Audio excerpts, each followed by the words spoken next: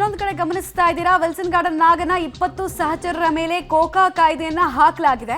ಹೀಗಾಗಿ ಎಲ್ಲರನ್ನ ಶಿಫ್ಟ್ ಮಾಡುವಂತೆ ಜೈಲಧಿಕಾರಿಗಳು ಮನವಿಯನ್ನ ಮಾಡ್ಕೊಳ್ತಾ ಇದ್ದಾರೆ ಕೋರ್ಟ್ಗೆ. ದರ್ಶನ್ ಟೀಮ್ ಮಾತ್ರ ಅಲ್ಲ, ನಾಗ ಮತ್ತು ಗ್ಯಾಂಗ್ ಅನ್ನ ಕೂಡ ಶಿಫ್ಟ್ ಮಾಡೋದಕ್ಕೆ ಮನವಿಯನ್ನ ಮಾಡಿಕೊಳ್ಳಲಾಗಿದೆ.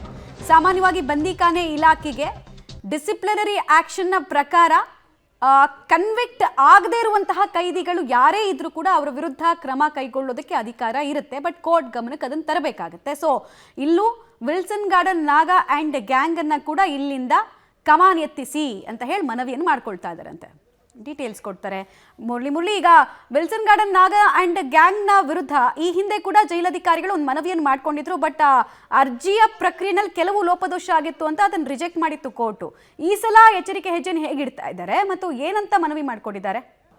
ಮಮತಾ, ಏನಂದ್ರೆ ಈ ಹಿಂದೆಯೂ ಕೂಡ ಕೋರ್ಟ್ಗೆ ಒಂದು ಸಲ್ಲಿಕೆಯನ್ನ ಮಾಡ್ತಾರೆ. ಆ ಸಂದರ್ಭದಲ್ಲಿ ಬಳ್ಳಾರಿಗೆ ಅವರನ್ನ ಶಿಫ್ಟ್ ಮಾಡಬೇಕು ಅಂತ ಹೇಳಿ ಮನವಿಯನ್ನ ಮಾಡ್ಕೊಂಡಿದ್ರು. ಅದರಲ್ಲಿ ಕೆಲವೊಂದು ಲೋಪದೋಷಗಳು ಜೊತೆಗೆ ಅಲ್ಲಿ ಸೆಕ್ಯೂರಿಟಿಯ ಬಗ್ಗೆ ಒಂದಷ್ಟು ಅನುಮಾನಗಳನ್ನ ಬಳ್ಳಾರಿ ಜೈಲಿನಲ್ಲಿರುವಂತಹ ವಿಚಾರಕ್ಕೆ ಸಂಬಂಧಪಟ್ಟಂತೆ ವಿಲ್ಸನ್ ಗಾರ್ಡನ್ ಆಗ ಸಾಕಷ್ಟು ಅನುಮಾನವನ್ನು ವ್ಯಕ್ತಪಡಿಸಿದ. ಜೊತೆಗೆ ಕೋರ್ಟ್ಗೆ ಕೂಡ ಒಂದು ಮನವಿಯನ್ನ ಮಾಡ್ಕೊಂಡಿದ್ದ. ಆ ಸಂದರ್ಭದಲ್ಲಿ ವಿಲ್ಸನ್ ಗಾರ್ಡನ್ ಆಗನ ಮನವಿಯನ್ನ ಪುರಸ್ಕಾರ ಮಾಡಿ ಇವರ ಅರ್ಜಿಯನ್ನ ತಿರಸ್ಕಾರವನ್ನ ಮಾಡಿದ್ರು. ಯಾಕಂದ್ರೆ ಅದನ್ನ ಸರಿಯಾಗಿ ಫಾಲೋ ಅಪ್ ಅನ್ನ ಮಾಡಿರಲಿಲ್ಲ. ಆ ಹಿನ್ನೆಲೆಯಲ್ಲಿ ಅದನ್ನ ಸಂಪೂರ್ಣವಾಗಿ ರಿಜೆಕ್ಟ್ ಅನ್ನ ಮಾಡಿದ್ರು. ಈಗ ಮತ್ತೊಮ್ಮೆ ಯಾವಾಗ ದರ್ಶನ್ ಮತ್ತು ವಿಲ್ಸನ್ ಗಾರ್ಡನ್ ಆಗ ಕುಳ್ಳಾಸಿನ ಕನ್ವಿಕ್ಟೆಡ್ ಪ್ರಿಸನ್ ಏನಿದ್ದಾನೆ ಆತನ ಜೊತೆಯಲ್ಲಿ ಈತನ ಸಹಚರರು ಜೊತೆಗೆ ಈತನ ಗ್ಯಾಂಗ್ ಏನಿತ್ತು ಸಾಕಷ್ಟು ಒಡನಾಟತ್ವವನ್ನು ಇಟ್ಕೊಂಡಿದೆ. ಜೊತೆಗೆ ಜೈಲಿನ ಸಿಬ್ಬಂದಿಗಳ ಜೊತೆಯಲ್ಲಿ ಒಂದಷ್ಟು ಭ್ರಷ್ಟಾಚಾರವನ್ನ ಮಾಡಿ ಅವರ ಸೌಲಭ್ಯಗಳನ್ನು ಪಡ್ಕೊಳ್ತಾ ಇದ್ದಾರೆ ಅಂತೇಳಿ ಮತ್ತೊಮ್ಮೆ ಆರೋಪವನ್ನು ಜೈಲಾಧಿಕಾರಿಗಳು ಮಾಡಿರುವಂಥದ್ದು. ಬಹುತೇಕ ಇವತ್ತು ಮಧ್ಯಾಹ್ನದೊಳಗೆ ಆದ್ರೂ ಕೂಡ ಆದೇಶ ಬರ್ತದೆ.